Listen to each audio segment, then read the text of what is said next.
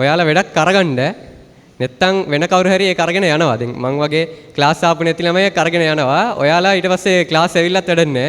මගේ ක්ලාස් ආපු ළමයි නෙවෙයි. හරි ක්ලාස් ඇවිල්ලා නැහැ. ඉම්මාද්. හරි.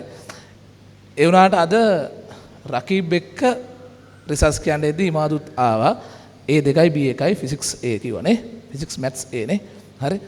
පුතා ඇවිල්ලා තිබේ පළවෙනි වතාවට. හරිද? මේ ක්ලාස් ආවේ නැති වුණාට සර්ගේ YouTube channel එකෙන් සෑහෙන වැඩ කොටසක් කරගත්තා.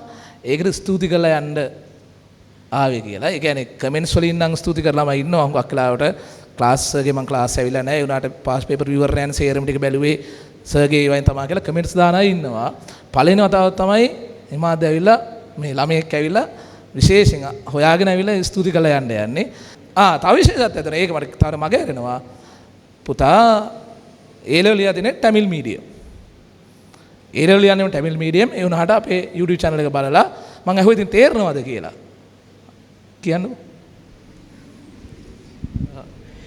මෙහෙම තමයි ඔයාලා YouTube එකේත් නෙම MCQ එලැබරේෂන් එකක් සර්ච් කරාම ඉස්සෙල්ලාම එන්නේ සිංහල මීඩියම් එකක් තමයි. ඊට පස්සේ ටැමිල් මීඩියම් කියන්නේ අර සර්ච් කරලාත් ගන්න බැරි විදියක් තියෙන්නේ. ඒ ඇස්සේ මට මෙයා ගොඩක් උදව් කරලා දෙනවා. MCQ එකේම ඩවුට්ස් ආපු ගමන් සර්ගේ ලින්ක් එක යවනවා.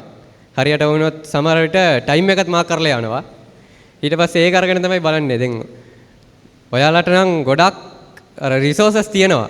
ඒ කියන්නේ අර මට මෙච්චර තිබෙන්නේ මට සමහර විට ක්ලාස් වල කියන්නෙත් නෑ මේ එසේ එක කරන්න මේ MCQ එක කරන්න කියලා කියන්නේ. ඊට පස්සේ ඒ ජේකබ්ස් එකේ මම ටියුට් එකම දැකලා තියෙනවා. ඔයා පාස් පේපර්ස් එකම අරගෙන දෙනවා. ඔයාලට 2000 ඉඳන් එහෙම දෙනවා. මට තිබ්බේ නෑ එච්චර.